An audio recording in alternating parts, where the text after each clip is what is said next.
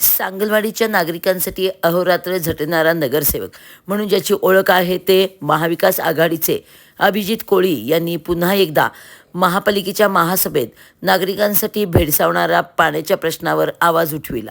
आणि मानसी 135 शासनाच्या नियमानुसार जर धरलं तर सांगलीवाडीसाठी 34 लाख लिटर पाणी रोज आवश्यक आहे, पण तुम्ही देताय आम्हाला जवळपास 23 लाख लिटर. तर त्यासाठी काय तरतूद केलेली आहे? कारण लोकांच्या जाताना आम्हाला रोज पाण्यासंबंधित प्रश्न विचारले जाते. कमी दाबानं पाणी येते, पाणी घरपत जाते, लाईट गेली तर परत पाणी लाईट येते.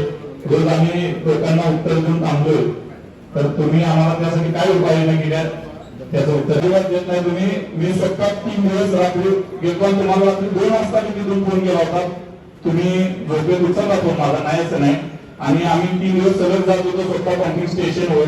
त्यातनं पण आम्ही पाणी सोडताय ना हे बघायचं नाही, आमच्याच पाण्याची परत चोरी होत्या तिला असं मला कळलं. त्यातनं पण पाणी कमी राहते. आम्ही फकीर साहेबांना सारखं ओळखतोय, वॉलमॅनला ओळखतोय, लोक आम्हाला ओळखतात. आम्ही तुम्हाला विचारतोय, आम्हाला याचं उत्तर द्या व्यवस्थित. तुम्ही किमान 1 तास पाणी जास्त आमच्याकडे सोडा, म्हणजे लोकांना पाणी पुरेल. तुम्ही 4ला म्हणजे 4ला बंद होणार, 1 तास टायमिंग सांगलीवाडीचे वाढवून द्या.